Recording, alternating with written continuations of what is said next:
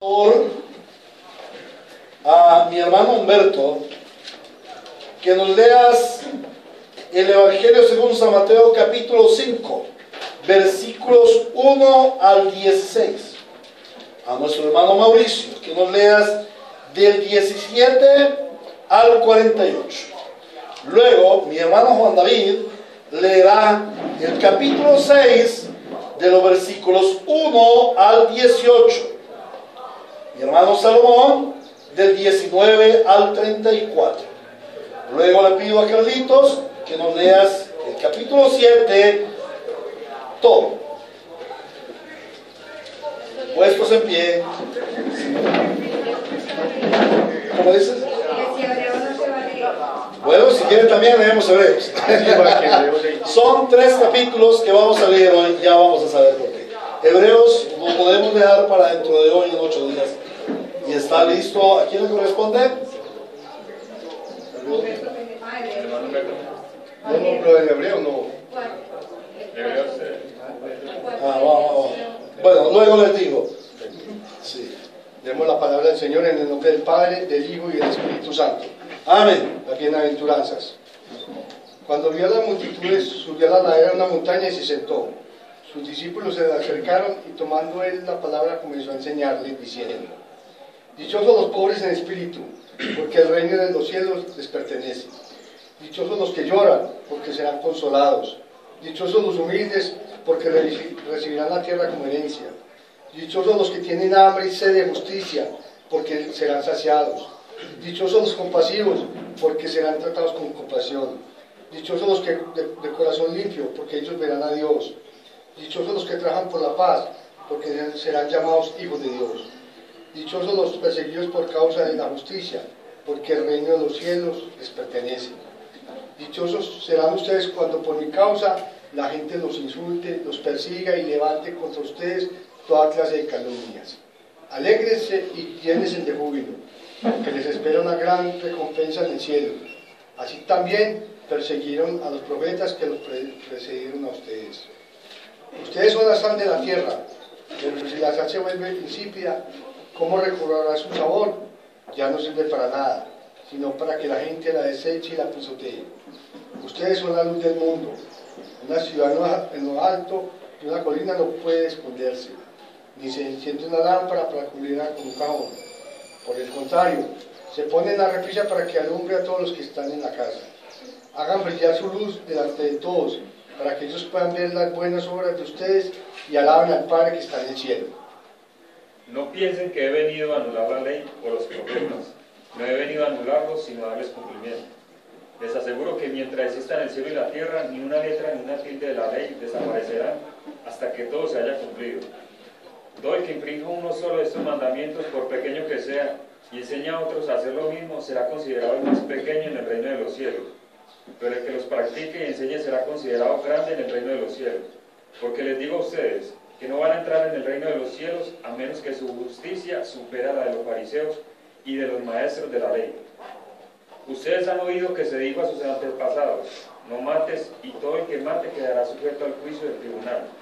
Pero yo les digo que todo el que se enoje con su hermano quedará sujeto al juicio del tribunal. Es más, cualquiera que insulte a su hermano quedará sujeto al juicio del consejo.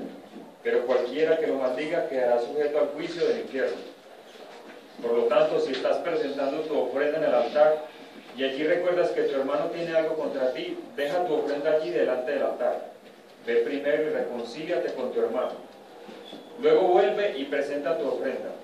Si tu adversario te va a denunciar, llega a un acuerdo con él lo más pronto posible.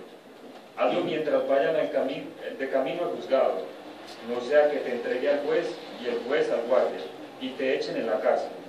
Te aseguro que no saldrás de allí hasta que pagues el último centavo. Ustedes han oído que se dijo: no cometas adulterio, pero yo les digo que cualquiera que mira a una mujer y la codicia ya ha cometido adulterio con ella en el corazón. Por tanto, si tu ojo derecho te hace pecar, sácatelo y tíralo. Más te vale perder una sola parte de tu cuerpo y no que todo él sea arrojado al infierno. Y si tu mano derecha te hace pecar, córtatela y arrójala. Más te vale perder una sola parte de tu cuerpo y no que todo él vaya al infierno. Se ha dicho, el que repudia a su esposa debe darle un certificado de divorcio, pero yo les digo que excepto en caso de infidelidad conyugal, todo el que se divorcia de su esposa la induce a cometer adulterio, y el que se casa con la divorciada comete adulterio también. También han oído que se dijo a sus antepasados, no faltes a tu juramento si no cumple con tus promesas al Señor. Pero yo les digo, no juren de ningún modo, ni por el cielo porque es el trono de Dios, ni por la tierra porque es el estrado de sus pies, ni por Jerusalén porque es la ciudad del gran rey. Tampoco jures por tu cabeza, porque no puedes hacer que ni uno solo de tus cabellos se vuelva blanco o negro. Cuando ustedes digan sí, que sea realmente sí, y cuando digan no, que sea no. Cualquiera cosa además proviene del maligno. Ustedes han oído que se dijo ojo por ojo y diente por diente, pero yo les digo, no resistan a que les hagan mal. Si alguien te da una bofetada en la mejilla derecha, vuélvele también la otra. Si alguien te pone en pleito para quitarte la capa, déjale también la camisa. Si alguien te obliga a llevarle la carga 1 kilómetro, llévasela 2. Al que te pida, dale, y al que quiera tomar de ti prestado, no le devuelva la espalda. Ustedes han oído que se dice, ama a tu prójimo y odia a tu enemigo. Pero yo les digo, amen a sus enemigos y oren por quienes los persiguen, para que sean hijos de su Padre que está en el cielo. Él hace que salga el sol sobre malos y buenos, y que llueva sobre justos e injustos. Si ustedes aman solamente a quienes los aman, ¿qué recompensa recibirán? ¿Acaso no hacen eso hasta los recaudadores de impuestos? Y si saludan a sus hermanos solamente, ¿qué demás hacen ustedes? ¿Acaso no hacen esto hasta los gentiles? Por tanto, sean perfectos, así como su Padre Celestial es perfecto. Amén. Amén. El dar a los necesitados. Cuídense de no hacer sus obras de justicia delante de la gente para llamar la atención. Si actúan así, su Padre que está en el cielo no les dará ninguna recompensa. Por eso, cuando des a los necesitados, no lo anuncies al son de profeta, como lo hacen los hipócritas en las sinagogas y en las calles, para que la gente les rinda homenaje. Les aseguro que ellos ya han recibido toda su recompensa. Más bien, cuando des a los necesitados, que no se entere tu mano izquierda de lo que hace la derecha, para que tu limosna sea en secreto. Así tu Padre, que ve lo que se hace en secreto, te recompensará. Cuando oren, no sean como los hipócritas, porque a ellos les encanta orar de pie en las sinagogas y en las esquinas de las plazas, para que la gente los vea. Les aseguro que ya han obtenido toda su recompensa. Pero tú, cuando te pongas a orar, entra en tu cuarto, cierra la puerta y ora a tu Padre que está en lo secreto. Así tu Padre que ve lo que se hace en secreto, te recompensará. Y al orar, no hablen solo por hablar como lo hacen los gentiles, porque ellos se imaginan que serán escuchados por sus muchas palabras. No sean como ellos, porque su Padre sabe lo que ustedes necesitan antes de que se lo pidan. Ustedes deben orar así. Padre nuestro que estás en el cielo, santificado sea tu nombre. Venga tu reino, hágase tu voluntad en la tierra como en el cielo. Danos hoy nuestro pan cotidiano. Perdónanos nuestras deudas como también nosotros hemos perdonado a nuestros deudores. Y no nos dejes caer en la tentación, sino líbranos del maligno. Porque si perdonan a otros sus ofensas, también los perdonará a ustedes su Padre Celestial. Pero si no perdonan a otros sus ofensas, tampoco su Padre les perdonará a ustedes las suyas. Cuando ayunen, no pongan cara triste como lo hacen los hipócritas, que demudan su rostro para mostrar que están ayunando. Les aseguro que estos ya han obtenido su recompensa. Pero tú, cuando ayunes, perfúmate la cabeza y lávate la cara, para que no sea evidente ante los demás que estás ayunando, sino solo ante tu Padre, que está en lo secreto, y tu Padre, que ve lo que se hace en secreto, te recompensará. No acumulen por así tesoros en la tierra, donde la polilla y el óxido destruyen, y donde los ladrones se meten a robar. Más bien, acumulen para sí tesoros en el cielo, donde ni la polilla ni el óxido carcomen, ni los ladrones se meten a robar. Porque donde esté tu tesoro, allí estará también tu corazón. El ojo es la lámpara del cuerpo. Por tanto, si tu visión es clara, todo tu ser disfrutará de la luz. Pero si tu visión está nublada, todo tu ser estará en la oscuridad. Si la luz que hay en ti es oscuridad, qué densa será esa oscuridad. Nadie puede servir a dos señores, pues menospreciará a uno y amará al otro, o querrá mucho a uno y despreciará al otro. No se puede servir a la vez a Dios y a las riquezas. Por eso les digo, no se preocupen por su vida, qué comerán o beberán, ni por su cuerpo, cómo se vestirán. ¿No tiene la vida más valor que la comida y el cuerpo más que la ropa?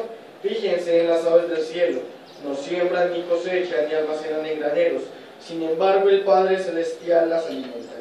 ¿No valen ustedes mucho más que ellas? ¿Quién de ustedes, por mucho que se preocupe, puede añadir una sola hora al curso de su vida? ¿Y por qué se preocupan por la ropa? Observen cómo crecen los lirios del campo, no trabajan ni hilan. Sin embargo, les digo que ni siquiera Salomón, con todo su esplendor, se vestía como uno de ellos.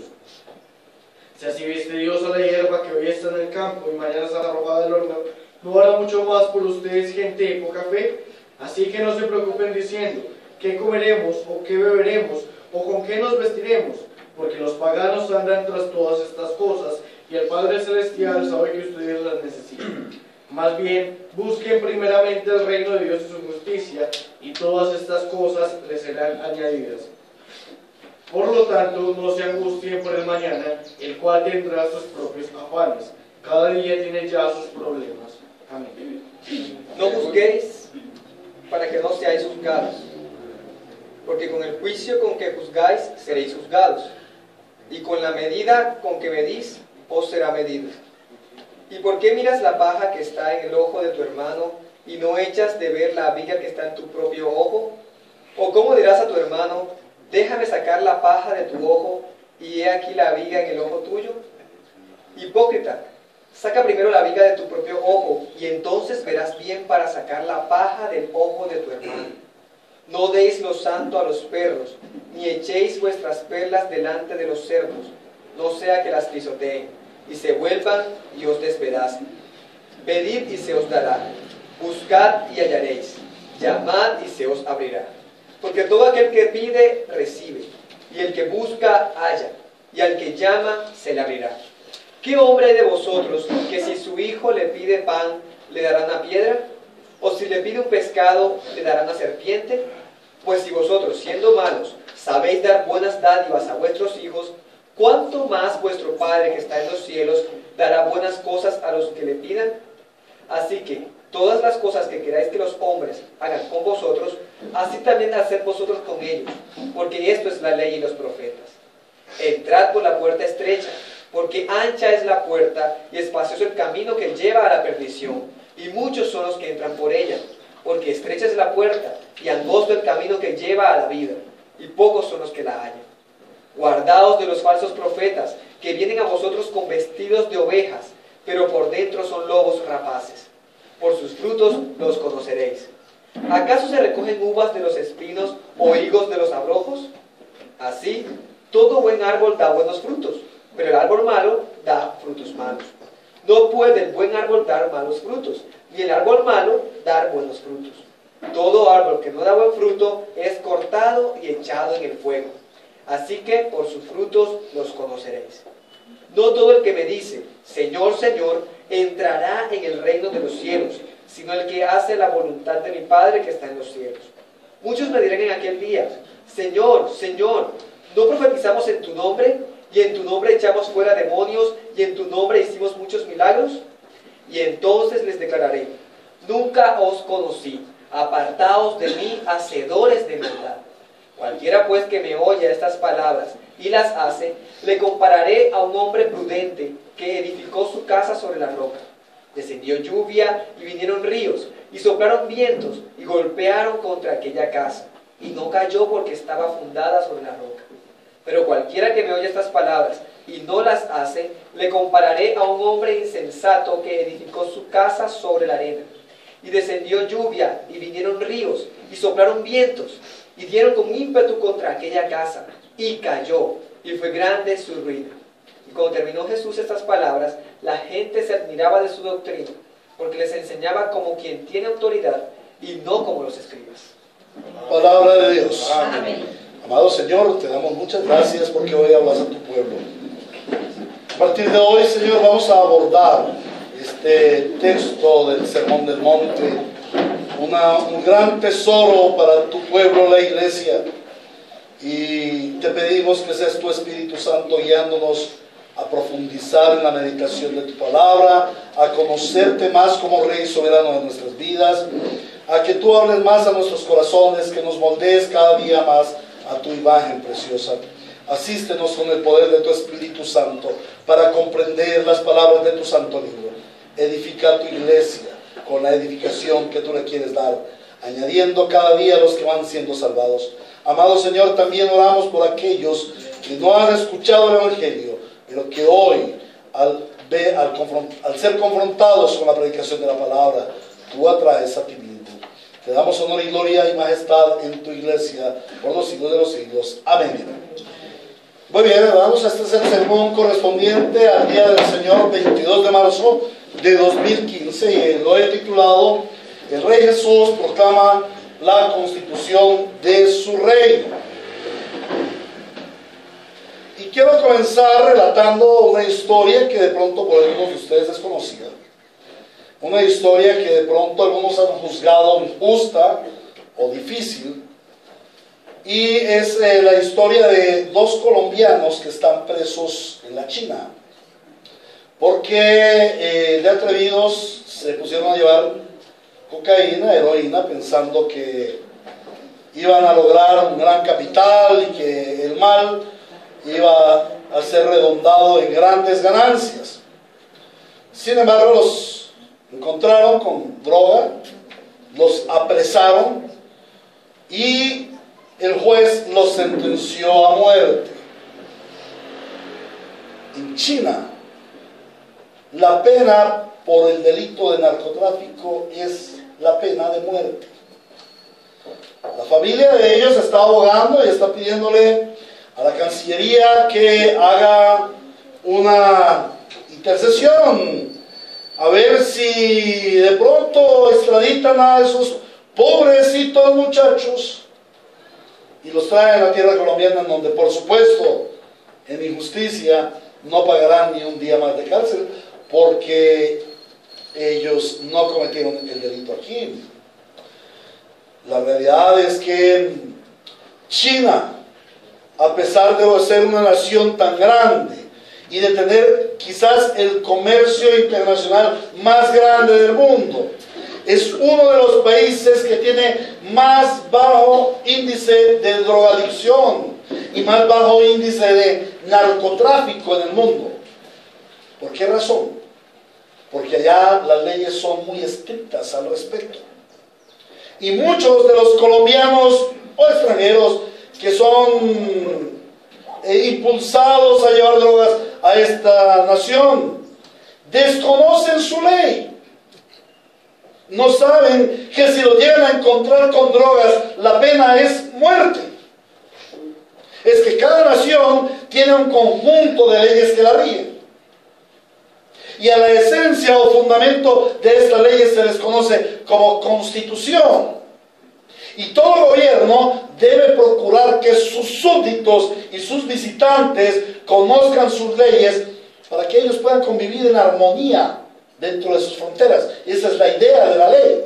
La ley fue puesta para que el hombre viva en armonía. Ahora, la lectura bíblica que hemos hecho esta mañana es uno de los pasajes más conocidos de la Biblia, pero también ha sido uno de los pasajes más controversiales. ¿Y por qué razón es tan controversial? Porque trata de la constitución del reino de Dios. Porque trata de la constitución, la carta magna del pueblo de Dios, que es la iglesia. Este texto que acabamos de leer, estos 3 capítulos, son un resumen de la ley de Dios para su pueblo, la iglesia. Y eso hace que sea un texto mal interpretado por unos y rechazado por otros, porque estamos viviendo un mundo que es antinomiano, o sea, que no le gusta la ley. ¿A quién le gusta esa ley de que 2 colombianitos ingenuos hayan caído en la justicia china y los vayan a condenar a pena de muerte? Bueno, los 2 colombianitos no eran ingenuos, fueron 2 perversos que por codicia fueron a introducir droga que destruye y mata gente. Y en China, como tienen bien clarito el asunto, dijeron: aquí no aceptamos eso, y tienen que pagar con pena de muerte. Como aquí no se cobra, como aquí es permitido y somos permisivos, y aquí se compra la ley con 2 pesos, entonces la gente está acostumbrada a hacerlo. Es un pueblo antinomiano. Y de esa manera la iglesia de nuestra nación, antinomiana, no nos gustan las leyes. Muchas personas dicen, Cristo abolió la ley. A nosotros ya no nos toca cumplir la ley, Cristo ya la cumplió por nosotros, ahora nosotros podemos vivir como queramos. Esto no es verdad. Por eso es que es tan controversial el texto. Algunos han usado esta parte para decir, no, es que Cristo ya cumplió la ley, a nosotros no nos toca. Pero precisamente es el texto que dice que Cristo ordena que se cumpla la ley. Cuando el Señor Jesucristo vino como Rey Mesías, empezó a enseñar. Y como dice el texto, Él, cuando vio a las multitudes, subió a la ladera de una montaña y se sentó para enseñarles. ¿Y qué les enseñaba? Él enseñaba personalmente la Constitución, la carta magna de su reino a las gentes. Él empezó a enseñarles cómo se gobierna el reino de Dios. Pero especialmente esa enseñanza se la dio a sus discípulos, porque dice, sus discípulos se le acercaron y tomando él la palabra comenzó a enseñarles. ¿Por qué? Especialmente a sus discípulos, para que ellos a su vez enseñaran a las gentes. El Sermón del Monte es considerado por el cristianismo como la síntesis de la constitución del reino de Dios. Y está dirigido a los súbditos del reino. Y está dirigido a los discípulos del Señor Jesucristo, para que a su vez también lo enseñemos a otros. Para entender mejor el pasaje, el Sermón del Monte, debemos ubicarnos un poco en su contexto histórico y literario, y esta es la introducción que vamos a hacer en esta mañana.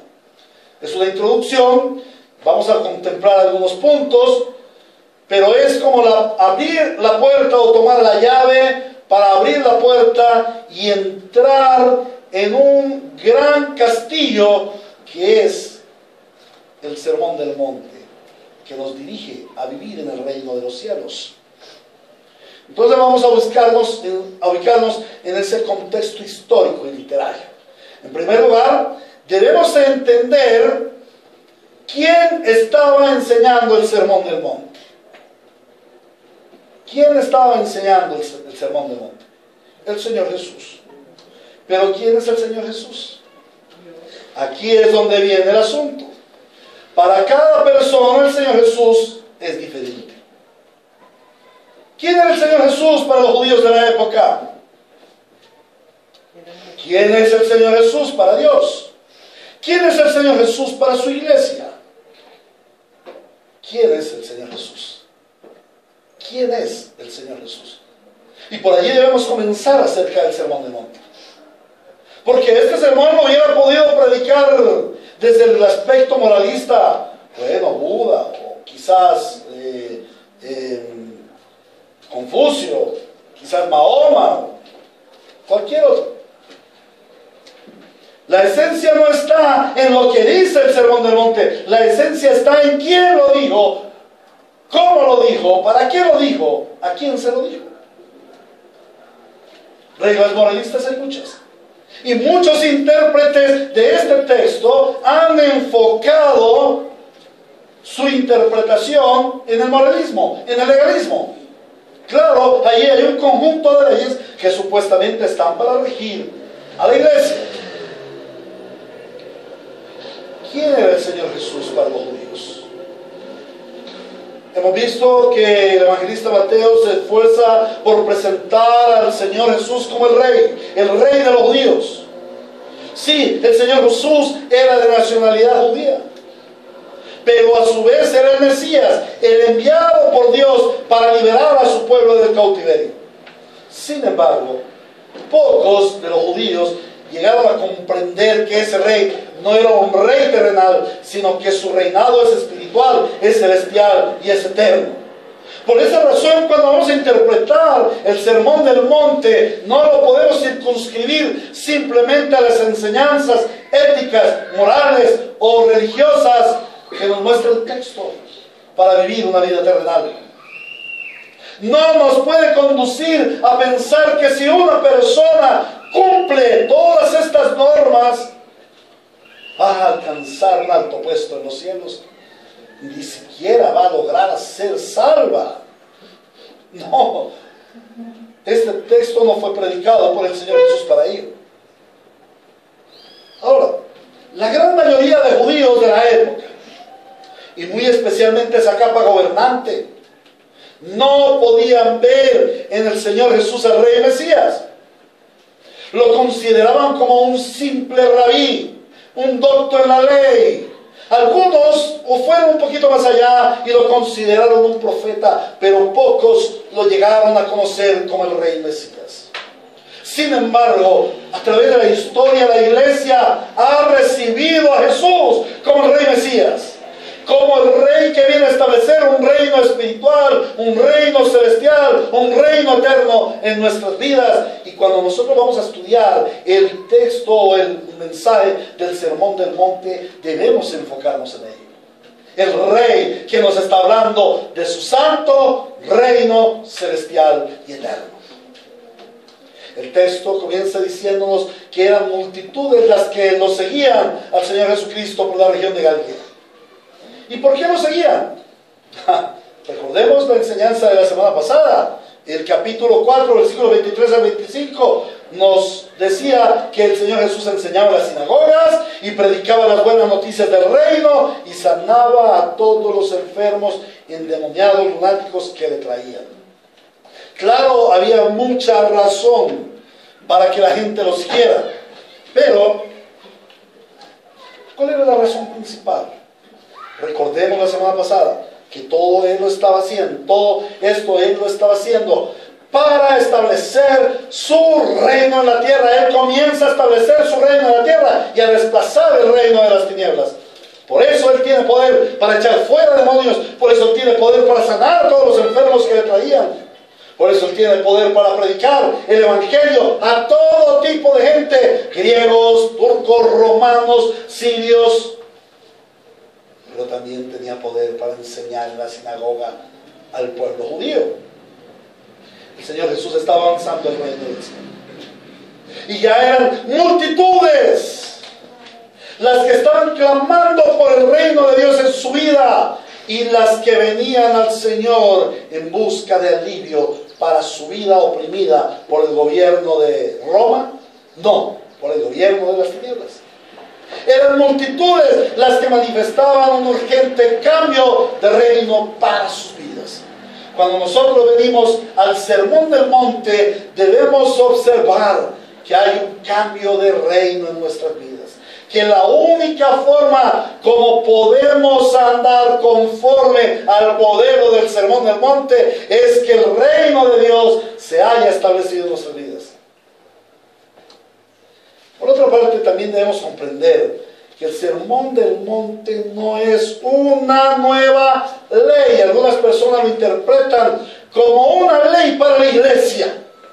No, el Sermón del Monte no es una nueva ley. Ese es un grave error del cristianismo moderno. Pensar que Cristo vino a abrogar la ley, que está dando una nueva serie de mandamientos. Y al decir esto están desconociendo que Cristo es Dios. Y que Él, por ser Dios, es inmutable. La ley no puede cambiar. Algunas personas dicen que la ley ha cambiado. No. Dios no cambia. La ley sigue siendo la misma porque la ley fue dada por Dios para mostrar su santidad, su carácter, su buena voluntad para con nosotros y su amor paternal y cuidadoso. Dios es inmutable. Cristo, por ser Dios, es inmutable. El Espíritu Santo es inmutable porque es Dios. Para Él, para Cristo, para el Padre, para el Espíritu Santo, la ley dada en el monte Sinaí es fundamental en el reino. Y de hecho, al estudiar el Sermón del Monte, podemos ver que la gran mayoría de su contenido está relacionado con esa ley dada a Israel 1450 años antes aproximadamente. Miremos lo que dice el texto en Mateo capítulo 5, versículos 17 al 20. No piensen que he venido a anular la ley de los profetas. No he venido a anularlos, sino a darles cumplimiento. Les aseguro, gracias. Les aseguro que mientras existan el cielo y la tierra, ni una letra ni una tilde de la ley desaparecerán hasta que todo se haya cumplido. Todo el que infrinja uno de estos mandamientos, por pequeño que sea, y enseñe a otros a hacer lo mismo, será considerado el más pequeño en el reino de los cielos. Pero el que los practique y enseñe será considerado grande en el reino de los cielos. Porque les digo a ustedes que no van a entrar en el reino de los cielos a menos que su justicia supere a la de los fariseos y a la de los maestros de la ley. ¿De qué nos habla aquí el Señor? De su ley. De una ley que debe superar a la de los fariseos y maestros escribas, maestros de la ley y escribas de la época del Señor Jesús. Cuando nosotros vamos a estudiar el Sermón del Monte, y como parte introductoria vamos a ver un comparativo entre esa ley del Sinaí, esa ley de la cual hablaban los escribas y fariseos. Vamos a compararla con la ley del Sermón del Monte. En los dos casos, la ley se promulgó en un monte. Sin embargo, vamos a ver algunas apreciables diferencias. En primer lugar, en el Sinaí, Dios descendió al monte. Vámonos a Éxodo, capítulo 19, versículo 20. Éxodo capítulo 19, versículo 20. Dice así la palabra del Señor. El Señor descendió a la cumbre del monte Sinaí y desde allí llamó a Moisés para que subiera. En el monte Sinaí Dios descendió de los cielos. Pero aquí en el Sermón del Monte el Señor sube al monte. Dice Mateo 5:1, cuando vio las multitudes, subió a la ladera de una montaña y allí se sentó. En segundo lugar, vemos que en el Sinaí Dios habló entre truenos y relámpagos. Éxodo 19:6 y 20:18. Éxodo 19:6 y 20:18. Dice el Señor: en la madrugada del tercer día hubo truenos y relámpagos, y una densa nube se posó sobre el monte. Un toque muy fuerte de trompeta puso a temblar a todos los que estaban en el campamento. Éxodo 20:18. Ante ese espectáculo de truenos y relámpagos, de sonidos de trompeta y de la montaña envuelta en humo, los israelitas temblaban de miedo y se mantenían a distancia. ¡Wow! Aquí, en el Sermón del Monte, dice, tomando él la palabra, comenzó a enseñarles diciendo, ni siquiera alzó su voz, ni siquiera gritó, solamente levantó tomó la palabra y comenzó a enseñarles. En tercer lugar, en el Sinaí, Dios ordenó que el pueblo se mantuviera a distancia. Éxodo capítulo 19, versículos 20 al 22. Éxodo capítulo 19, versículos 20 al 22. Dice, el Señor descendió a la cumbre del monte Sinaí y desde allí llamó a Moisés para que subiera. Cuando Moisés llegó a la cumbre, el Señor le dijo, baja y advierte al pueblo que no pueden intentar ir más allá del cerco para verme, no sea que muchos de ellos pierdan la vida. Hasta los sacerdotes que se acercan a mí deben consagrarse. De lo contrario, yo arremeteré contra ellos. Eso fue en el monte Sinaí, cuando Dios promulgó la ley del antiguo pacto. Pero en el sermón del monte, el Señor Jesús invita a las gentes a que se acercan a Él. Vengan a mí, todos los cansados, vengan a mí todos los cargados, todos los trabajados, yo les daré descanso. Bueno, no es del sermón del monte, pero es lo que frecuentemente decía el Señor. Y con Él subieron las multitudes. Ahora, en el Sinaí se promulgó la ley que iba contra los efectos del pecado. No matarás, no robarás, no cometerás adulterio, honra a tu padre y a tu madre, guarda el Shabbat. En el Sermón del Monte, el Señor Jesús promulga la ley que ataca directamente las raíces del pecado. Eso lo vamos a partir del versículo 17. En el Sinaí, Dios le dio 2 tablas de fría y dura piedra a Moisés para que las llevara y las presentara al pueblo. Pero en el Sermón del Monte, el Rey Jesús habla sus palabras de forma tierna y cálida, que penetran hasta lo más profundo del corazón y transforma la vida de los oyentes. Cuán hermoso es escuchar la palabra de Dios en nuestros tiempos, porque Él dice: he aquí que haré un nuevo pacto con mi pueblo Israel, con la casa de Israel y de Judá. Un pacto en el cual yo inscribiré mi ley en su mente y en sus corazones.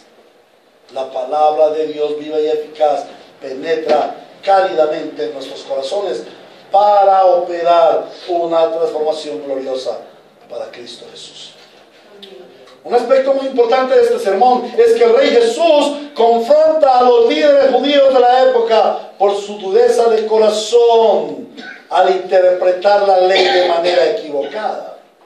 Y aquí es donde el Rey Jesús evidencia su autoridad, no porque Él vaya a cambiar la ley, como muchas veces intentaron acusarlo de ello los fariseos, sino porque en su autoridad de promulgador de la ley, tanto en el Sinaí como ahora en el monte del sermón, es Él quien puede darle una correcta interpretación a su santa ley, a la Sagrada Escritura. Y así es en nuestros días, hermanos. Muchos hombres pretenden dar una interpretación acomodaticia a la Sagrada Escritura. Y todos la quieren torcer conforme a su amaño, a su necesidad o a su gusto, como lo explicaba ahora rato. Pero es el Rey Jesús el único quien tiene autoridad para darnos su interpretación de la Sagrada Escritura. Y como dice el Padre de su Hijo: este es mi Hijo amado, a Él escuchad. A Él y solamente a Él es a quien debemos escuchar. Sea Dios veraz y todo hombre mentiroso. Otra característica bien importante para comprender el Sermón del Monte es que su contenido es muy ordenado, es sistemático y contiene un mensaje que es válido para todas las edades, para todos los tiempos. Algunas personas osan decir: no, el Sermón del Monte no es para nuestro tiempo, eso es para otra dispensación. Pero no es así. El mensaje de la palabra de Dios, toda la palabra de Dios es válida, es autoritativa, es actual en todo tiempo y en todo lugar y para todo pueblo y nación. Todo el Sermón del Monte es válido en nuestros días, porque todo el Sermón del Monte está dirigido a revelarnos cuál es la ley, cuál es la doctrina, cuál es el marco legal o constitucional del reino de Dios. Y como vamos a dedicarnos a partir de este sermón a estudiar acerca del reino de Dios, vamos a enmarcar nuestra enseñanza o nuestra meditación del Sermón del Monte en 4 temas generales que nos presenta el Señor Jesús en el Sermón del Monte. En primer lugar, vamos a ver cómo el Señor nos muestra los ciudadanos del reino. Cómo el Señor nos muestra los ciudadanos del reino. Y allí podemos mirar la gran importancia que tiene para el rey del reino los ciudadanos del reino. Y tiene tan magna importancia que para que una persona sea ciudadana del reino, fue Cristo quien pagó por él en la cruz del Calvario. Esa es la importancia. No que un hombre sea importante como hoy dicen, es que tú eres importante para Dios, es que tú eres valioso para Dios. No, nosotros realmente no somos valiosos para Dios. La palabra dice que por cuanto todos pecaron están destituidos de la gloria de Dios. Nosotros en sí no tenemos nada para Dios, nada de valor. Es Cristo quien nos da el valor como pueblo de Dios. Nosotros valemos ante Dios por la persona del Señor Jesucristo y su sacrificio salvífico en nuestro favor. ¿Quiénes son los ciudadanos del reino? ¿Cómo viven los ciudadanos del reino? Y como lo dije anteriormente, estas no son normas que debamos cumplir para alcanzar algún día, para llegar a ser ciudadanos del reino. No. El Señor nos dice, nos ilustra cómo es que somos los que ya somos ciudadanos del reino. Ninguna persona que no sea ciudadano del reino puede cumplir el estándar de alta moralidad que tiene nuestro Señor, de alta santidad, porque Él ordena ser santos, como yo soy santo. En segundo lugar, vamos a ver la justicia del reino. La justicia del reino. Y allí podemos ver un contraste, en la segunda parte del capítulo 5, un contraste bien importante de cómo llegaron los judíos de la época del Señor Jesús a interpretar la justicia del reino de Dios de una manera acomodada, perjudicial, llevó a muchos al fuego eterno, y de cómo la presenta el Señor Jesucristo. Cómo es la justicia a los ojos de nuestro Señor Jesucristo. Por eso en repetidas ocasiones el Señor dice: ustedes han oído decir, pero yo les digo. Sí, el hombre pone reglas religiosas, y ante esas reglas religiosas el Señor dice: ustedes han oído decir. Y quizás eso parezca bueno a los ojos y a los oídos de la gente, parezca un alto estándar moral, y quizás si tú llegaras a hacer algunas de esas cosas, aparecerías como una buena persona delante del mundo. Pero yo les digo, esa moralidad es baja, esa es una doble moral. Ustedes han oído decir de los fariseos, escúchenlos a ellos, pero no hagan como ellos. El Señor nos evidencia la verdadera justicia del reino. Como decía anteriormente, en el antiguo pacto está la ley mostrándonos las consecuencias del pecado y queriendo desarraigar las consecuencias del pecado. Pero en el nuevo pacto el Señor no trata con el pecado, el Señor mata al pecado, el Señor desarraiga el pecado de nuestras vidas. Y ahí la justicia del reino. En tercer lugar, vamos a ver la esencia del reino. Y la esencia del reino está basada en esa relación íntima entre el rey y sus súbditos. Una relación de vida permanente.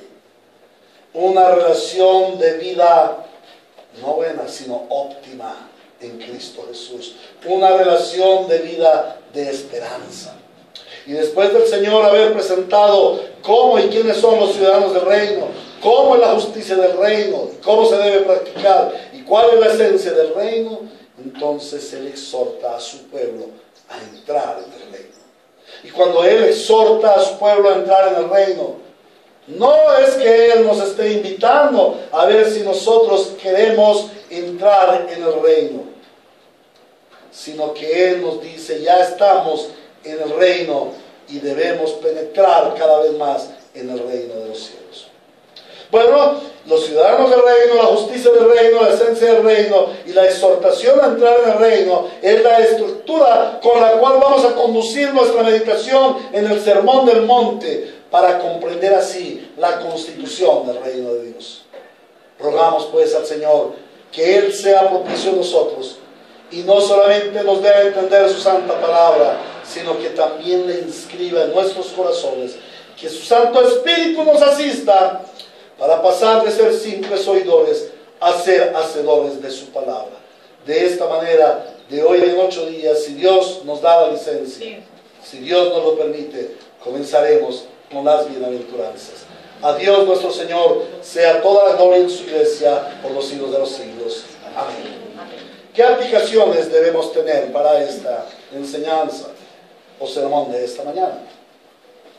El Rey Jesús, por medio del Sermón del Monte, trastornó el pensamiento de los judíos de su época, tanto de sus seguidores como de sus perseguidores, tanto de esos espectadores que corrían tras de él buscando un milagro, como de esos discípulos tan allegados a él, ese círculo concéntrico que él tenía.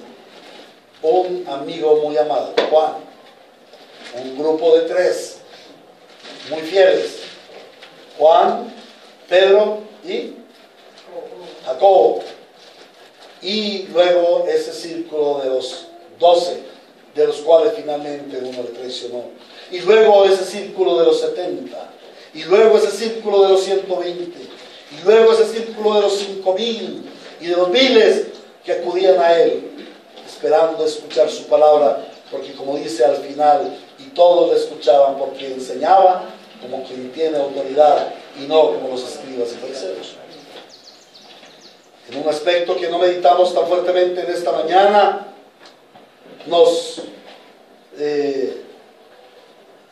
un aspecto que no meditamos del texto que esta mañana tomamos para dar inicio al Sermón del Monte, es que a pesar de que las multitudes estaban reunidas para escuchar al Rey Jesús, fueron sus discípulos quienes estuvieron muy cercanos, alrededor de él, porque ellos eran los primeros llamados a conocer la constitución del reino de Dios. Y ese es el llamado que el Señor nos hace. Conozcamos la constitución del reino de Dios. Esforcémonos por conocer al Rey Jesús y la constitución que Él ha dado a su reino. Porque como decíamos en la oración, el pueblo que le ama se agrada en hacer lo que a Él le gusta. Muchas personas, aún incrédulos, toman este sermón como una base legalista de su religión y pretenden que la gente sean obedientes a las normas dictadas. Sin embargo, este sermón solamente nos deja como conclusión que la ley interpretada a la manera del Rey Jesús viene a ser mucho más estricta que aquella ley dada a Israel en el Sinaí, y que ningún hombre por sí mismo, cumpliendo la ley, podrá salvarse. Este sermón puede concluir en la gran necesidad de salvación del hombre por su incapacidad para cumplir los altos estándares de la ley de Dios, y por ello necesita un gran redentor. Por esta razón también este texto nos debe llevar a concluir que el único gran capacitado para salvar a su pueblo es Cristo Jesús. Por eso hoy el Señor hace un llamado a todos aquellos que aún no han creído en el Evangelio del Señor Jesucristo. El Señor Jesucristo es el Rey de un gran reino, es el Rey de un reino, sobre todo reino en la tierra. Es el Rey de un gran reino que comenzó desde antes de la fundación del mundo y sin duda alguna llegará por los siglos de los siglos y la eternidad de las eternidades. El gran Rey Jesús vino a esta tierra a salvar a su pueblo, que en Génesis capítulo 3 cayó en el pecado y como consecuencia trajo la muerte a toda la raza humana. Todo hombre necesita un Salvador.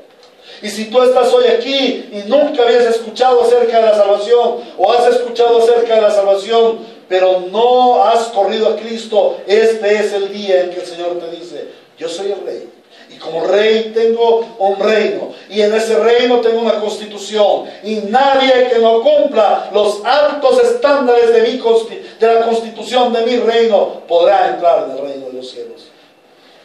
Pero hay una forma. Hay uno que cumplió los altos estándares, y que Él dice: yo soy el camino, y solamente por medio de Él podemos entrar al reino de Dios, cumpliendo sus altos estándares. Por eso el Señor hoy te dice: corre a Cristo, sigue a Cristo, arrepiéntete de tus pecados, ven a Cristo y clama por tu salvación, porque Él es el único que tiene poder para perdonar tus pecados. Ahora, este también es un llamado para los hermanos creyentes, aquellos que a través del tiempo, por la gracia del Señor, hemos recibido al Rey Jesús en nuestros corazones. Pero infortunadamente algunos de nosotros no estamos viviendo bajo el reino de Dios. El Sermón del Monte es la base espiritual del reino de Dios, y debe ser ampliamente conocido por su pueblo especial. Discúlpeme, por favor. Se fue por el camino viejo.